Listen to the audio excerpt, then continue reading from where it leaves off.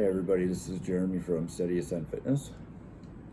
Um, so I just kind of want to outline what I'm up to today. It's kind of a lazy day, a little bit of an active recovery day. I would say. Um, I did not go for a ride this morning. I'm kind of waiting around. It's a good opportunity for me to kind of get some work done because I have my chicken delivery that shows up here 1:30 in the afternoon every Thursday. Um, I get 10 kilos every Thursday, and I split that with a friend of mine. But that's basically what I eat. It's a budget. It's easy, simple, keeps me able to continue training at a high level without having to put too much thought into it. Uh, it's funny because I always joke around about the fact that I'm a perfect specimen when it comes to being able to eat chicken every day because I just spent a bunch of years in prison, so really it's it's a lot better than the food I was eating there, right? So um, if there's a person in the world that should be able to just eat chicken and broccoli and rice every day, I'm that perfect person. So I don't get too bored of it. I kind of mix it up with spices and stuff like that, and I mix up my snacks. I usually eat Greek yogurt and berries and fruit and stuff like that for snacks. I eat a lot of fruit cups, applesauce cups for carbohydrates or like energy or whatever when I'm trying to structure something around a training program or trying to do something in that regard. Or I'll eat apples just generally. If I have a protein shake, I eat an apple every time. If I have a protein shake, I always eat something first before I drink a protein shake. Just makes it easier. So basically I have a parole office appointment that I have to make today after my chicken delivery. So it's 11 o'clock now. I got a little bit of time to work on the computer and get some stuff done.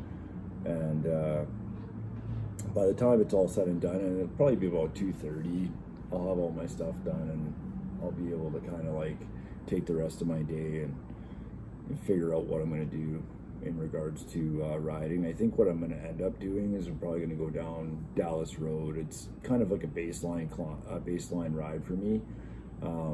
When I'm kind of in an active recovery day, I kind of try to keep it a short rides. Just try to get some blood flowing and burn some calories, whatever. But I go down Dallas Road, Beach Drive. There's a couple of small hills there that they don't bother me too much anymore. I just try to beat my times now on Strava or whatever. As long as I see progress, then things are good. But always keeping in mind that I track everything. I track my calories. I track my expenditure. What I've been using is the Fitbit. I just log my Fitbit to ride, and I ride, and it tracks my heart rate. It tracks my calorie expenditure.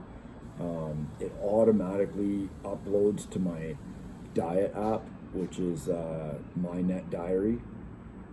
It's pretty cheap. It's like $70 for the year or something like that. And I just purchased it, and I thought it's been a really good addition.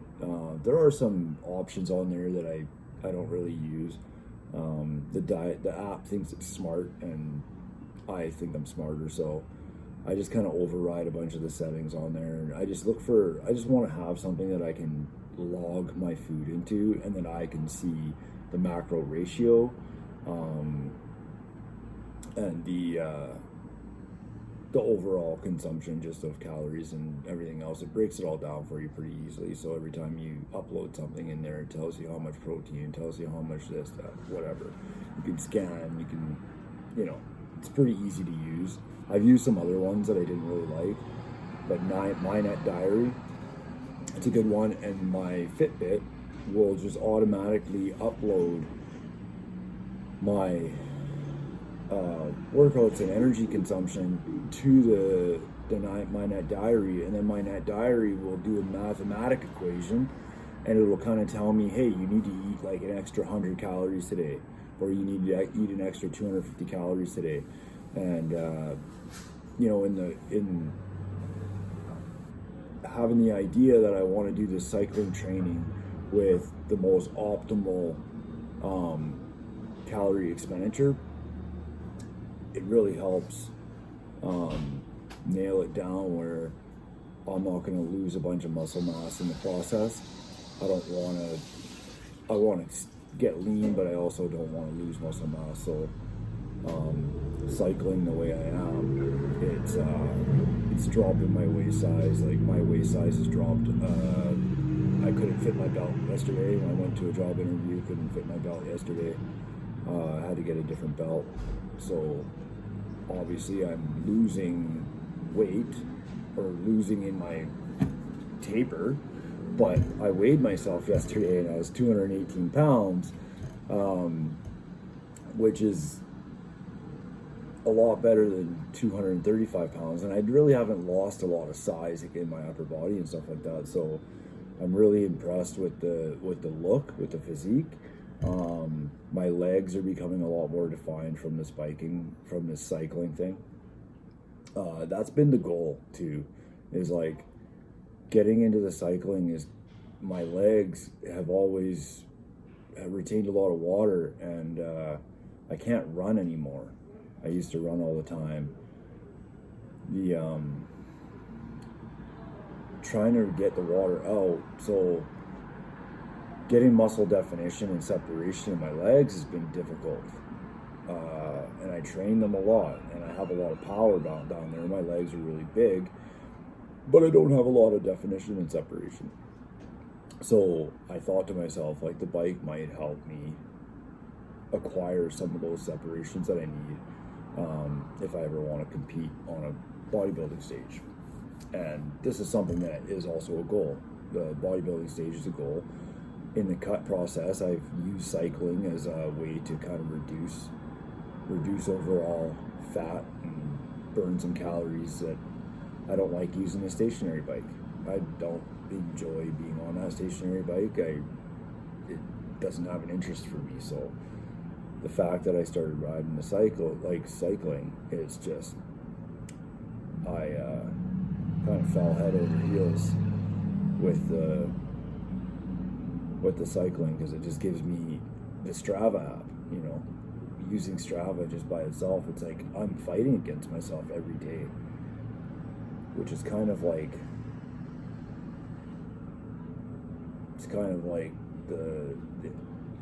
I have a competitiveness in me that, like, I just want to beat everything. I want to beat records, I want to beat this, I want to beat that, and it's just increased my fitness level drastically. So for any bodybuilder out there that, like, honestly doesn't think that they should be doing cardio, you're out of your mind. I mean, I can't say one way or the other. I mean, it's probably to every person, it's probably different, but for me, it just, like, it's promoting overall fitness, like, and maybe during like a build phase, I might not be cycling as much, but during my cut, like, this is something that's really kind of taken a hold of me, and I just kind of wanted to share that, because otherwise it's just sitting here doing nothing. And I think that the perspective of cycling from a bodybuilder is kind of unique. I don't think you see it a whole lot. And every single one of my friends that are bodybuilders, they're all skeptical. They're all like, what the hell are you doing? You're going to lose all your muscle mass and everything else like that. But I mean, it looks, the muscle mass looks like it's still there. So it's about, it's starting to kind of, the weight's starting to drop for sure. But overall, I feel better. I feel more mobile. I feel more energetic. And you know what? when I was bodybuilding without the cycling, I mean, let me tell you, I would not move. Like I would, I was afraid to move. I felt like I need to conserve energy at every cost. I would sleep till 10 o'clock. My day would be I'd sleep till 10 o'clock. I'd get up. I'd prepare my food, and everything was about, okay, how do I fuel myself for this workout? I'd go hit my workout, and then the rest of the day would be like, okay, what do I have to do? Do I have training sessions? Do I have this? Whatever. I would do my training sessions, and I would move as minimal as I had to. And I'd come home from everything that I'd have to do, and I'd just lay there. I would eat my meals. I'd time that all out every couple hours, and I'd come up and I'd eat my meals, and then I'd go back down and I'd watch a movie or whatever. I'd lay around and I wouldn't do a thing, because I was like afraid of losing size. Everything was just about maintaining and not burning too many calories and just napping all the time, right? Like, so I still do my naps. I still think it's important to have a nap if you're doing some sort of intense training sessions. And I think that the next month and a half, I have 2 months basically. August 16th is when this race is. And I'm not trying to pussyfoot around. Like, I am going there to place. I want to get a good place. I want to prove that you don't have to be, also like 100 kilometers now. 100 kilometers is kind of basically, in the cycling world, I feel like it's a fucking sprint, like I don't think these guys are riding this thing like, I think it'll be a fast race. I hope I can get a good time. That's kind of what I'm gearing towards right now. I'm just looking to intensify everything right now. Power. I feel like the more power I have, the less energy it will take me to move my pedals. So if I can, here's an example kind of. I was riding with this guy last week, and we went and did a ride, and he challenged me on the way out to Sydney. Challenged me pretty hard. I kept up with him. He was fast, but on the way back, I still had power. I still had a lot of energy. He was fading, so I took over the headwind. I took over the lead, and I let him draft in behind me. And I was kind of trying to be nice. I was trying to be respectful to him, and I didn't want to drop him. So I was kind of just casually pedaling up these hills and casually pedaling down these hills, and like I was just kind of casually moving along. And I looked behind me, and he was gone. So I stopped and I waited for him, and I thought maybe I missed a turn or something. I waited for him long enough where he kind of came around the corner, and I was like, okay, cool. But at the end of the day, we went and looked. A guy went and looked at my Strava app, and I looked at his Strava. And what I started noticing was that his beats a minute were significantly higher. So his beats a minute were like 167 or 168 or something like that. And my beats a minute were hitting like 130. So it kind of dawned on me that I realized that my intensity wasn't as high as his was. So even though I was riding, faster or whatever, I was like holding back. And so it kind of dawned on me that, like, okay, the power that I have is actually allowing me to move faster with lower output. Now, if I translate that into putting 168 beats or 170 beats a minute through my system, how fast will that make me? And that's the ticket. So that's what I started realizing was like the detail, right? Like, if I got my beats a minute up that high, what would that look like? And so here's the question about like endurance versus power, right? So everybody has their skill set, but I think that if I'm not putting 165 beats a minute through my tires, then I'm missing out on average speed. I'm missing out on like output. But what I do know is that it's taking me less energy. It's taking me less energy to do the same work as what is taking that guy. So it kind of like, I want to make sure that I maintain that power. I want that power to exist. Yeah, so there's a lot of things that I've been thinking about. Pedaling a certain way, trying to pedal for absolute consistency. And yeah, so I'll touch back up here in a little bit after my parole meeting and stuff like that, and I'll let you guys kind of know what the ride's going to look like today. And I think it's most likely going to be just a simple ride around town here where there's a couple of big hills and stuff, and I'll hit those and see where my PRs are, and yeah, I'll talk to you in a bit. All right, so we got our chicken. For anybody that wants to see what 10 kilos of chicken looks like. This is always a fun day.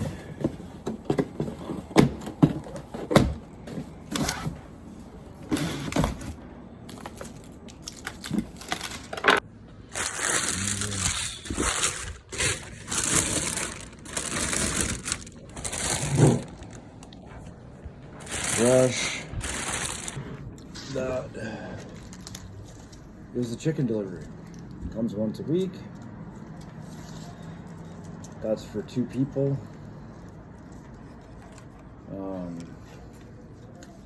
Like I said, courtesy to Bard Fitness. So what I'm going to end up doing with that is a little later today.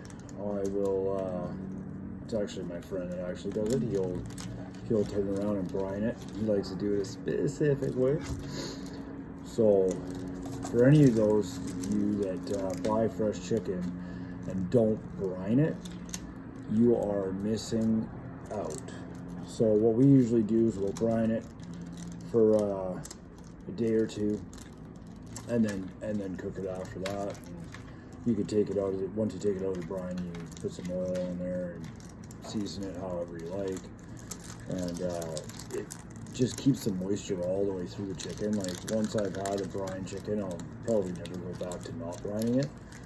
So yeah, so this is generally what I eat 3 times a day. So this is yeah, everything's done. My parole officer just has to get back to me with a message, but to find out where and when I'm going to meet her. Basically everything's done and sorted out. I'm geared up and I'm ready to go.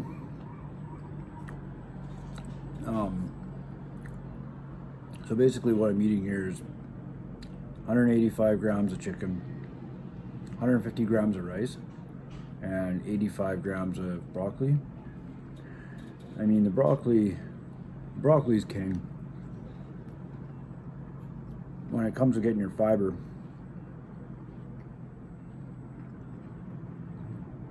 I mean, I'm not a nutritionist by any sense of the word, so I wouldn't take anything I say and fact check it for science, but I generally just kind of play around with my diet until something seems to click or work, or if something's simple enough that I could replicate it a bunch of times and I could eat it physically a bunch of times. That's what matters to me. It's not so much about the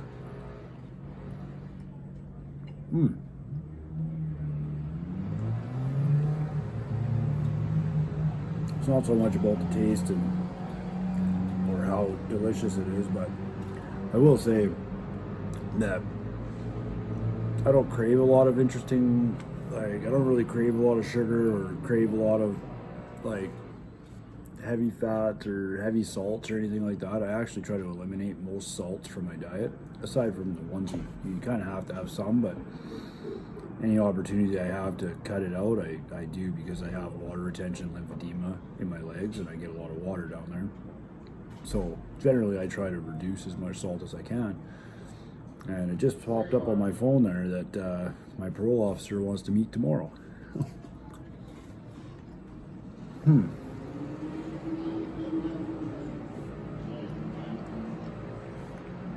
I was going to go to work tomorrow.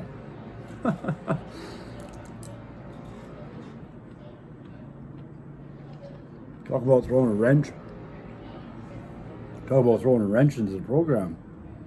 It frees me up for the day at least. But this is the way it goes. I was going to go down to the Labor Unlimited tomorrow, make a couple bucks so that I can kind of keep the program moving.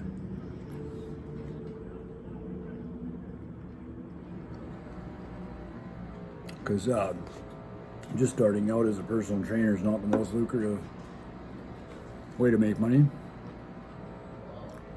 You definitely need some sort of supplemental income.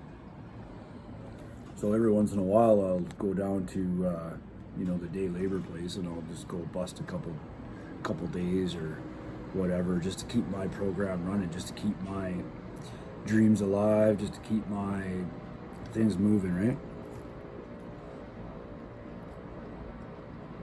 Finding a good work-life balance.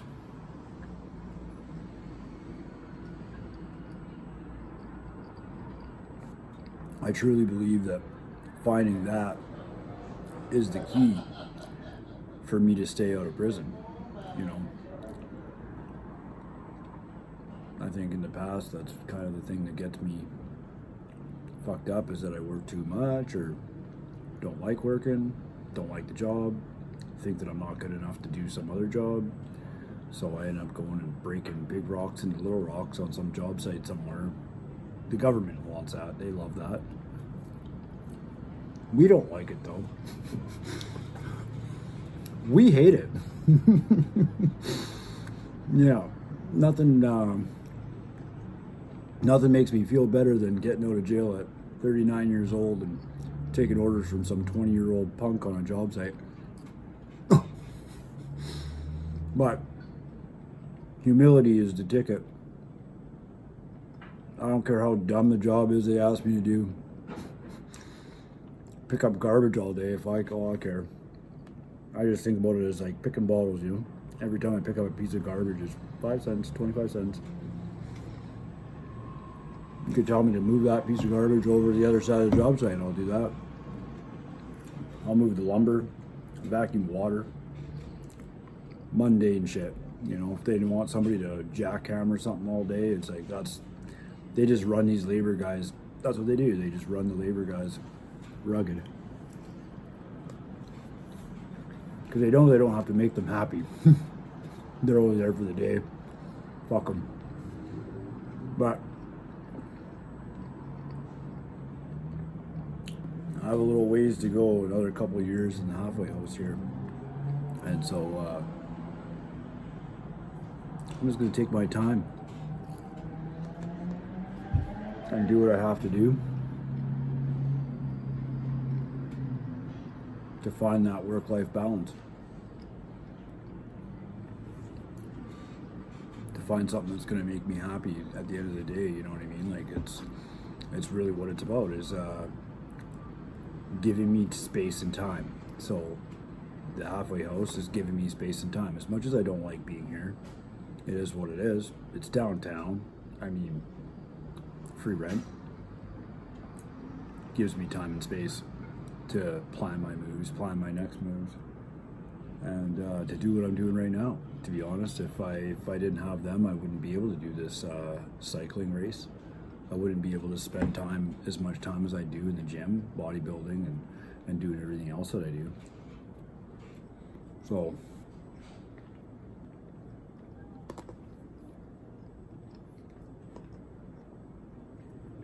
I'm grateful. I'm grateful for that time and space.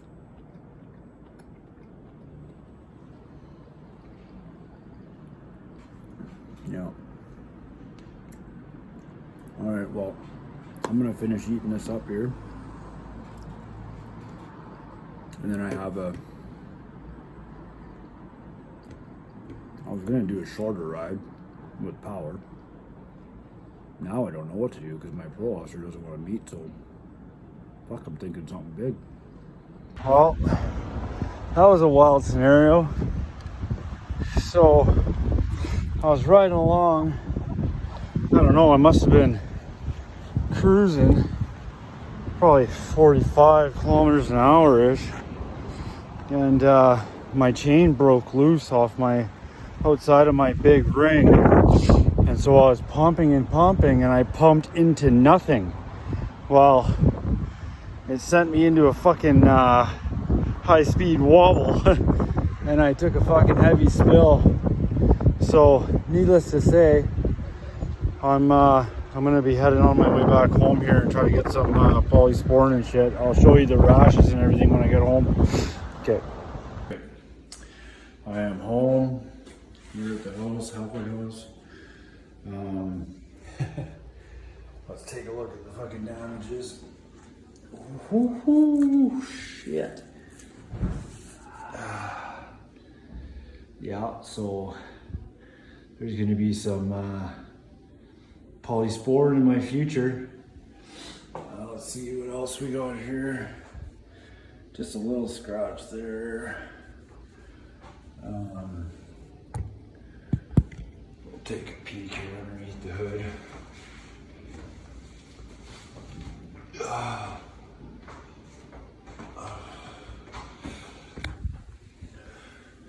Looks like everything's pretty superficial.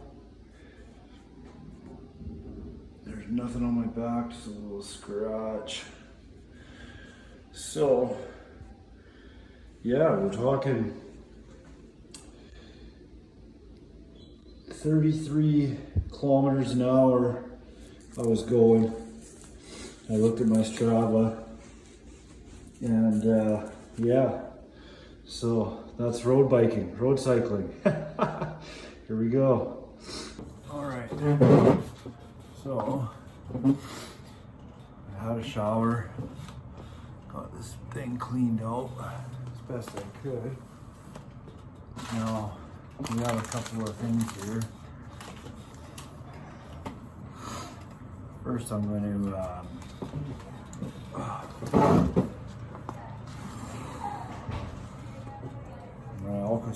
alcohol swab this thing. And your arms are right, eh? Yeah, the arm's fine. Yeah, you'll get bruised up. Seen a fucking shaker cup? Ah! Yeah, that would feel good. Holy fuck, that hurt. Okay, so I dropped that on the ground, so we're going to another one.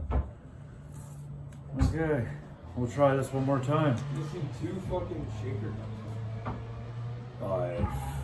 Not that covered. I saw them around. I thought I saw them on the counter. I had a blue one. yesterday or something. And a black one. Okay, one more time. Let's try this again. Ah!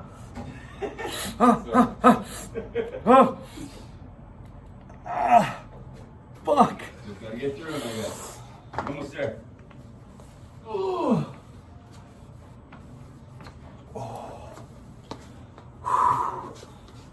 Oh. This is too much that's too much pain. You can do this. You can do this. Let's go. The girl? The little girl? Yeah. You got this. I need some paper towels, is what I need.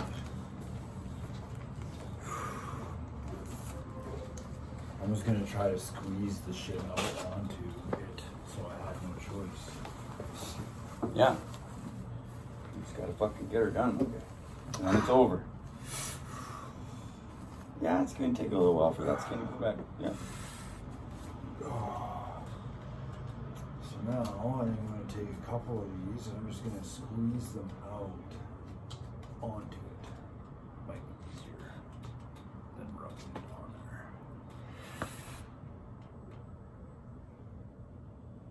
No, you're not gonna be able to squeeze it.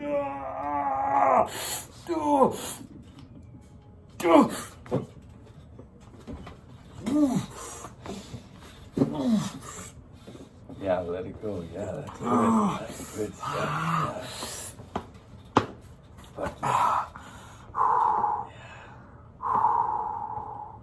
Yeah. It worked. Phil. That was in there for sure. It dripped on the top and then just started sliding down. Yeah. Oh. There you go. All right. So I feel confident about that being all I'm going to do for that. The commentary in the background's comical. Not doing anymore. That's it. Yeah, that's enough of that. Okay. Now for something that hopefully will feel better. Polysporin. Ah.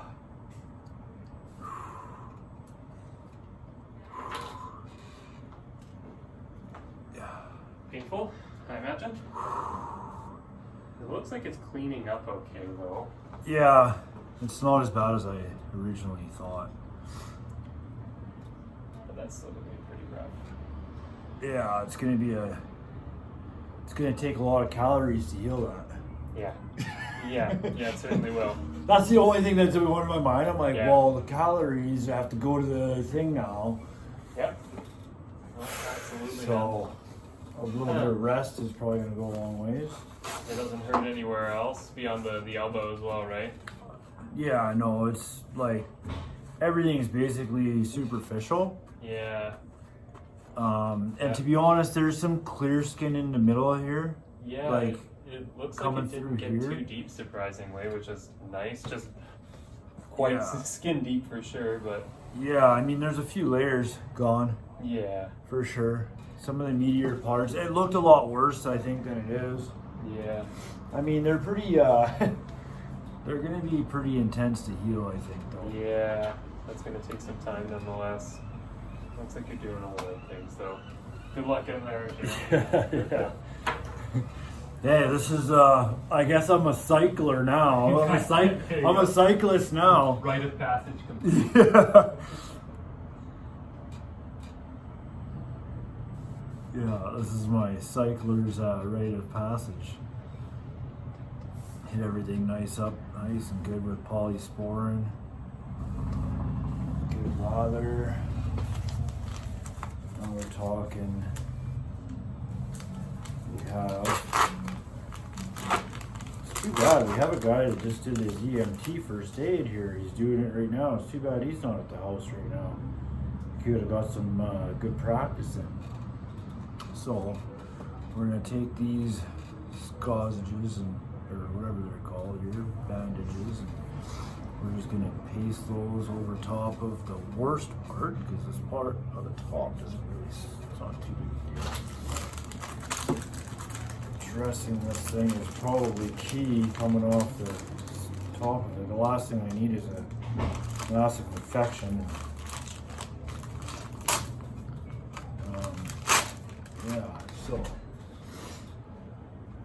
and we have this handy little,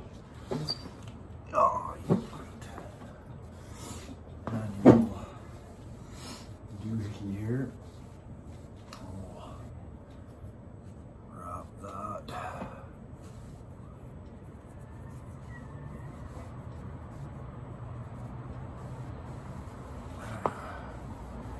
As long as we can get a couple wraps on this fucking thing, should be good to go.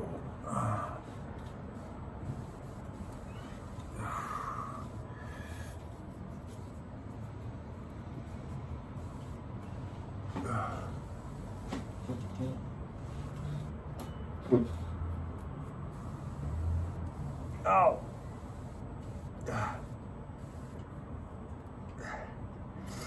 Little spikies. Little spikies spike me. Okay, so maybe we just go here and tie this here instead. And we are bandaged up as good as, I think as good as it's gonna get. So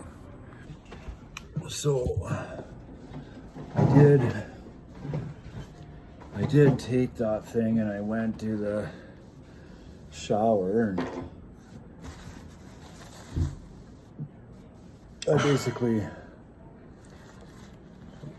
went through a lot of freaking pain in the shower and scrubbed that thing out with my loofah aggressively. So over and over again, multiple times. I think. How's it feeling? Pretty good. Decent? Yeah. Good. Yeah. I think at the end of the day, it's this is it. This is the thing, right? These are the things that happen.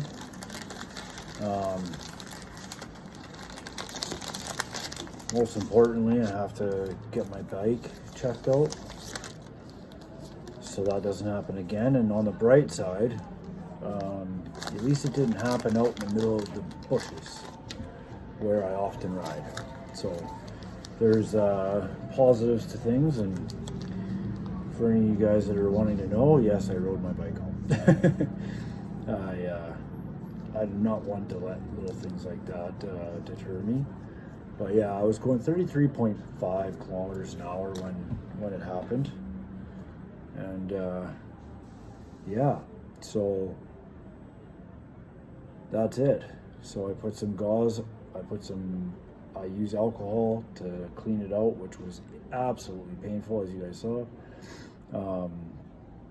And then I used some polysporin to coat it, dabbed it, coated it, put a gauze pad over top of the biggest portion, I guess, of the wound, and wrapped it with another piece of gauze on a tensor bandage, and that'll keep that in place until I can acquire some other maybe stuff from Shoppers or whatever. Or I can't afford this shit right now. I'm pissed off. I really don't want to pay somebody to go fix my bike either. My bike seems like it's in good shape. Nothing's really wrong with it. Just some derailleur type stuff that I don't really understand. I've tried to fuck with it before and had to then take my bike into the shop afterwards because I fucked it over. All right, okay. I'll chat with you guys later.